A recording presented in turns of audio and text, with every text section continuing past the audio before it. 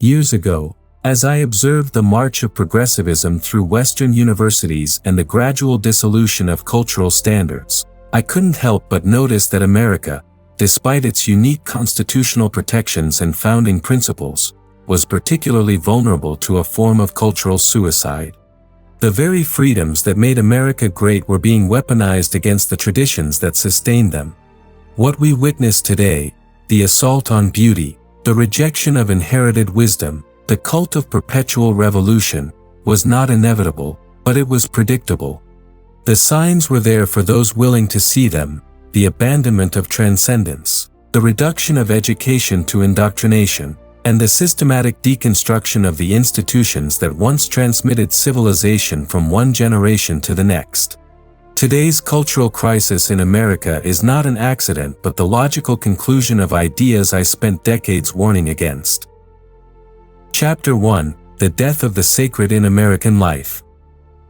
When I first visited America in the 1970s, I was struck by something remarkable. Despite the country's commercial energy and democratic spirit, there remained pockets of genuine reverence, in small churches, in family traditions, in the way certain communities honored their dead.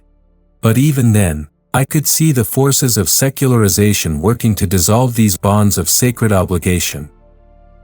The sacred, you see, is not merely about religion, though religion is its most obvious expression.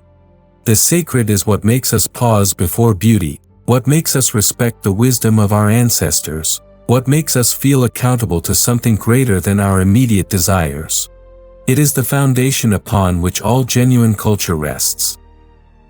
I predicted that America would face a particular crisis because its founding principles, individual liberty, democratic equality, the pursuit of happiness, could easily be perverted into their opposites when divorced from the sacred framework that originally contained them.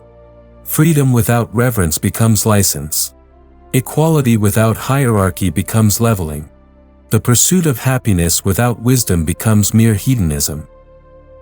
What we see today confirms this prediction: a generation raised to believe that nothing is sacred, that all traditions are equally valid or invalid, that the past has nothing to teach us.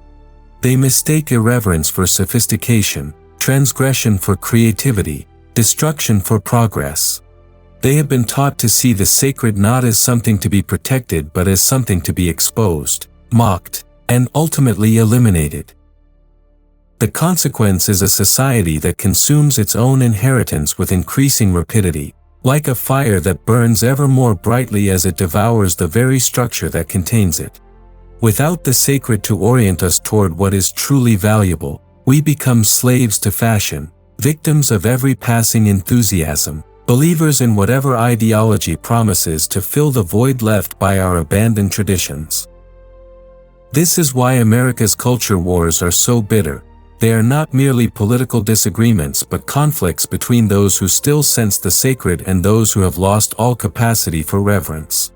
And in such conflicts, those who have abandoned the sacred always have a temporary advantage, for destruction is easier than preservation, criticism simpler than creation. Chapter 2: The University as Ground Zero for Cultural Destruction.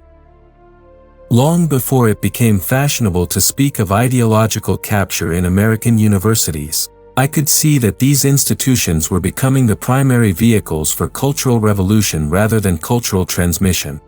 Having spent years in academic settings, both in Britain and America, I witnessed firsthand how the university was being transformed from a place of learning into a factory for resentment. The process was subtle at first. It began with the reasonable desire to question inherited assumptions, to think critically about traditional authorities. But questioning evolved into systematic suspicion, and suspicion hardened into hostility toward anything that could not be reduced to relations of power and oppression. I predicted that American universities would become particularly susceptible to this transformation because of their democratic ethos and their distance from the class-based traditions that still provided some stability in European institutions.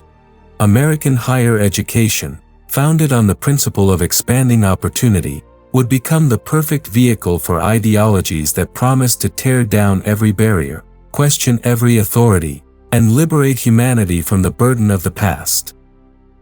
The new left thinkers I criticized, Foucault, Derrida, and their followers, found fertile ground in American universities precisely because these institutions lacked the deep cultural roots that might have provided resistance to their nihilistic premises. When everything is reducible to power, when all traditions are merely systems of oppression, when objective truth is dismissed as a patriarchal construct, the university ceases to be a place of learning and becomes a seminary for secular revolutionaries. I saw how this would inevitably spread beyond the academy. Students indoctrinated in these ideas would become teachers, journalists, artists, and administrators, carrying their resentment toward traditional culture into every institution they entered.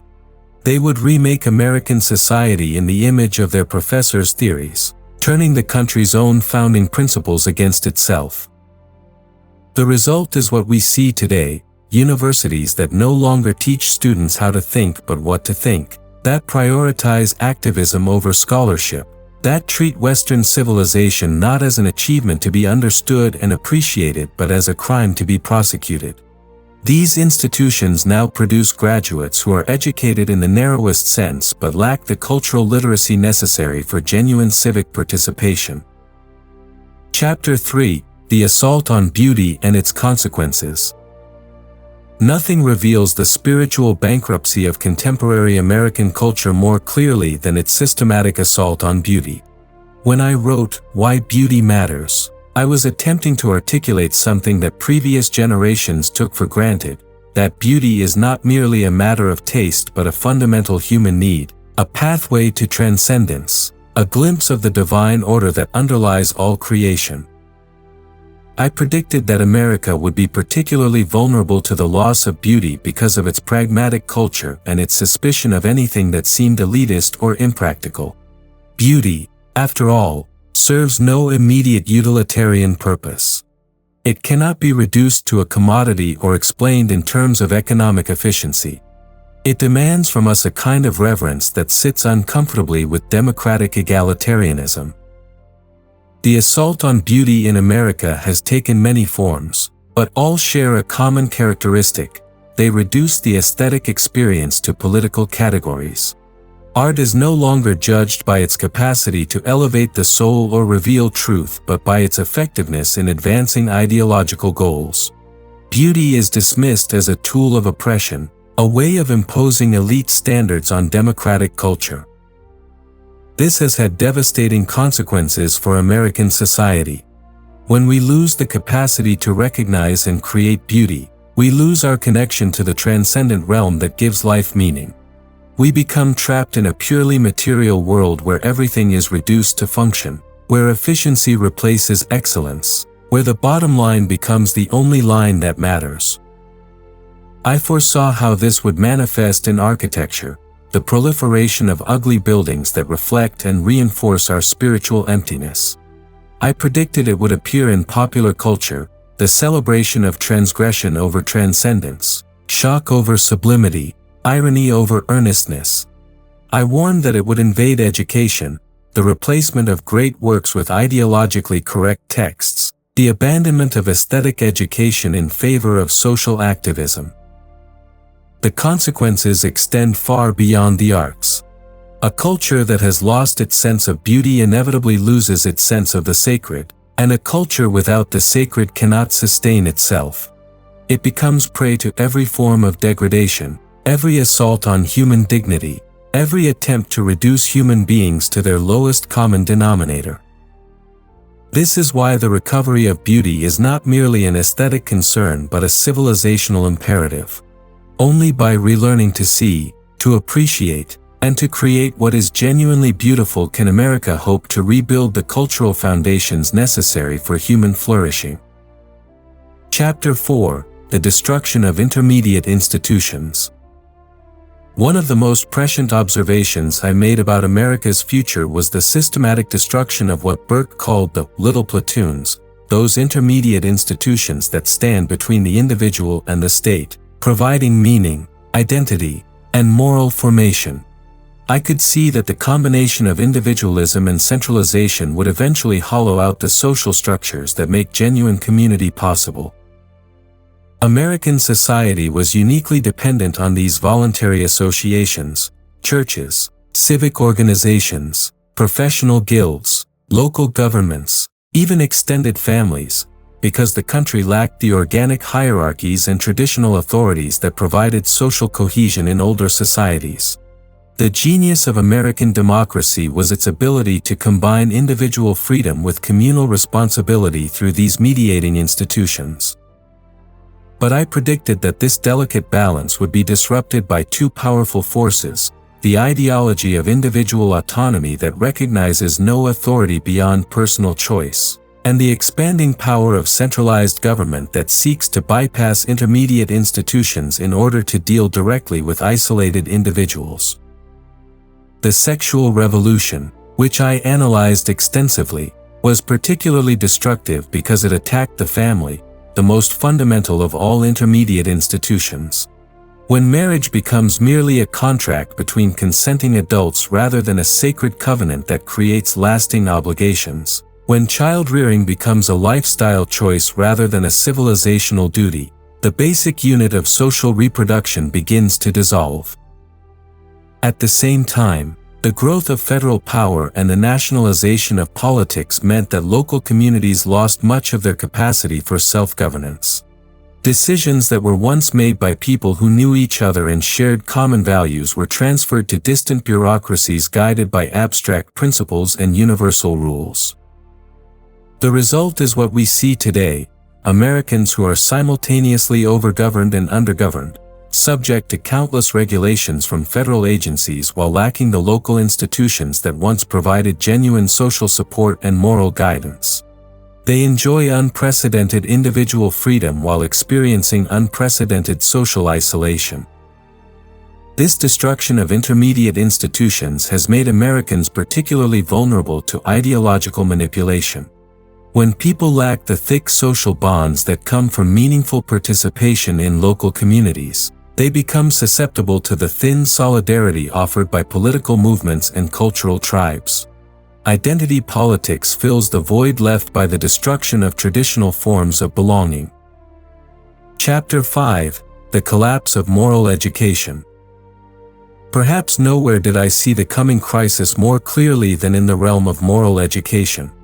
Having taught in universities and observed the formation of young minds, I could predict with confidence that America was raising a generation without the moral vocabulary necessary for self-governance or genuine human relationships. The problem began with the abandonment of the idea that there are objective moral truths that can be discovered through reason and tradition. Under the influence of relativism and emotivism, American education increasingly treated moral questions as matters of personal preference rather than rational inquiry. Students were taught to express their feelings about ethical dilemmas but not to think rigorously about right and wrong. I predicted that this would have catastrophic consequences for American democracy, which depends on citizens capable of making sound moral judgments about complex public questions. A democracy populated by people who cannot distinguish between opinion and truth, between preference and principle, between tolerance and indifference, cannot long survive. The situation was made worse by the therapeutic culture that treated all moral standards as potentially harmful constraints on individual self-expression. Instead of learning to govern their desires through reason and habit, young Americans were taught to validate their feelings and pursue their authentic selves. Instead of developing virtue through practice and discipline, they were encouraged to explore their identities and express their creativity.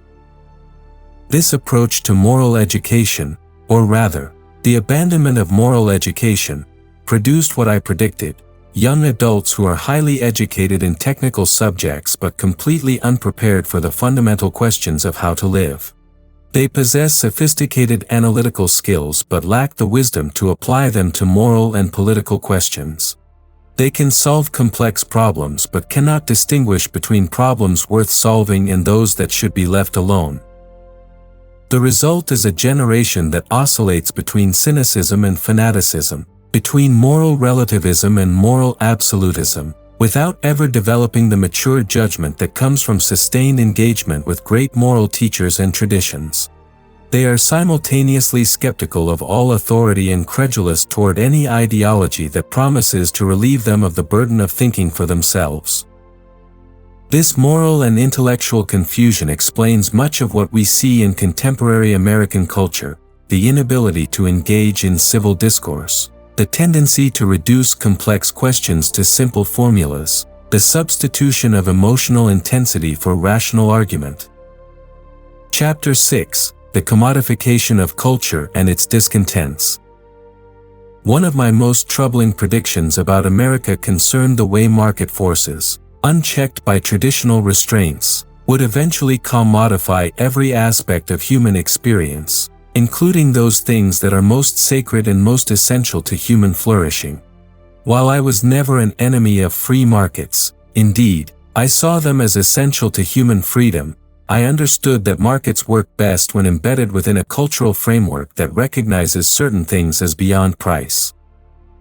I predicted that America's commercial culture would eventually extend its logic into realms where it has no legitimate authority: education, religion, art, family life, and even personal identity.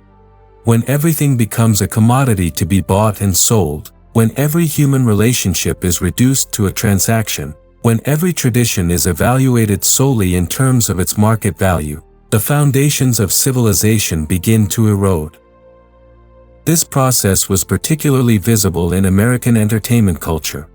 I could see how the market's demand for novelty and stimulation would drive creators toward ever more transgressive content, not because transgression was inherently valuable but because it was profitable.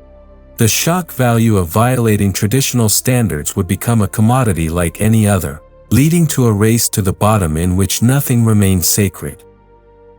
I also predicted how this would affect American education. When universities began to operate like businesses competing for customers rather than institutions dedicated to the transmission of knowledge and wisdom, they would inevitably begin to cater to student preferences rather than student needs. Education would become a product to be consumed rather than a discipline to be mastered. The commodification of culture also explained the rise of identity politics in America. When traditional sources of meaning and belonging are dissolved by market forces, people naturally seek new forms of identity and community. But in a culture where everything is for sale, even identity becomes a commodity, something to be chosen, marketed, and consumed rather than inherited, cultivated, and transmitted.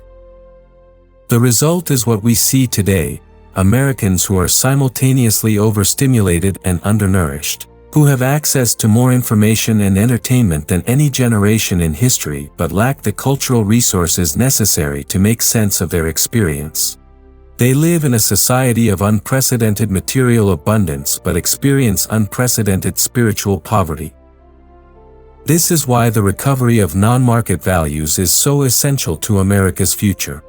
Only by recognizing that some things are too important to be left to market forces can American society hope to rebuild the cultural institutions necessary for human flourishing. Chapter 7: The Path Forward: Reclaiming Cultural Authority. Despite the accuracy of my predictions about America's cultural crisis, I never succumbed to despair. For I also predicted something else: that the very extremity of the crisis would eventually awaken a counter-movement among those who had not entirely lost their capacity for genuine cultural appreciation. And indeed, we are beginning to see signs of this awakening. The path forward requires a fundamental shift in how Americans think about culture and authority. Instead of viewing all traditions as equally valid or invalid, Americans must learn to discriminate between those traditions that elevate human nature and those that degrade it. Instead of treating all forms of cultural expression as mere matters of taste, they must recover the capacity to recognize genuine beauty, truth, and goodness. This recovery cannot be imposed from above through political action alone. It must begin with individuals who are willing to take responsibility for their own cultural formation and that of their children. It requires parents who will pass on the great works of Western civilization rather than abandoning their children to the mercies of popular culture. It requires teachers who will resist the pressure to indoctrinate and instead dedicate themselves to genuine education. Most importantly, it requires the reconstruction of those intermediate institutions that I predicted would be destroyed. Americans must rebuild their local communities, strengthen their families, revitalize their churches, and create new forms of association that can provide meaning and belonging in an atomized society. I predicted that this reconstruction would not come from the established institutions, which have been too thoroughly corrupted by ideological thinking, but from ordinary people who retain some connection to traditional sources of wisdom and beauty. It would emerge from homeschooling families, traditional churches, local arts organizations, and voluntary associations dedicated to preserving and transmitting what is best in American culture. The signs are already visible: young people hungry for genuine beauty and meaning, parents withdrawing their children from failing schools, communities organizing to preserve their local character against the homogenizing forces of global culture. These movements may seem small and scattered, but they represent the seeds of cultural renewal. The crisis I predicted was not the end of the story but the necessary prelude to renewal. Americans are learning, through bitter experience, that a culture cannot survive without shared standards, common purposes, and reverence for what is sacred. This hard-won wisdom may yet prove to be the foundation for a genuine cultural renaissance. Conclusion.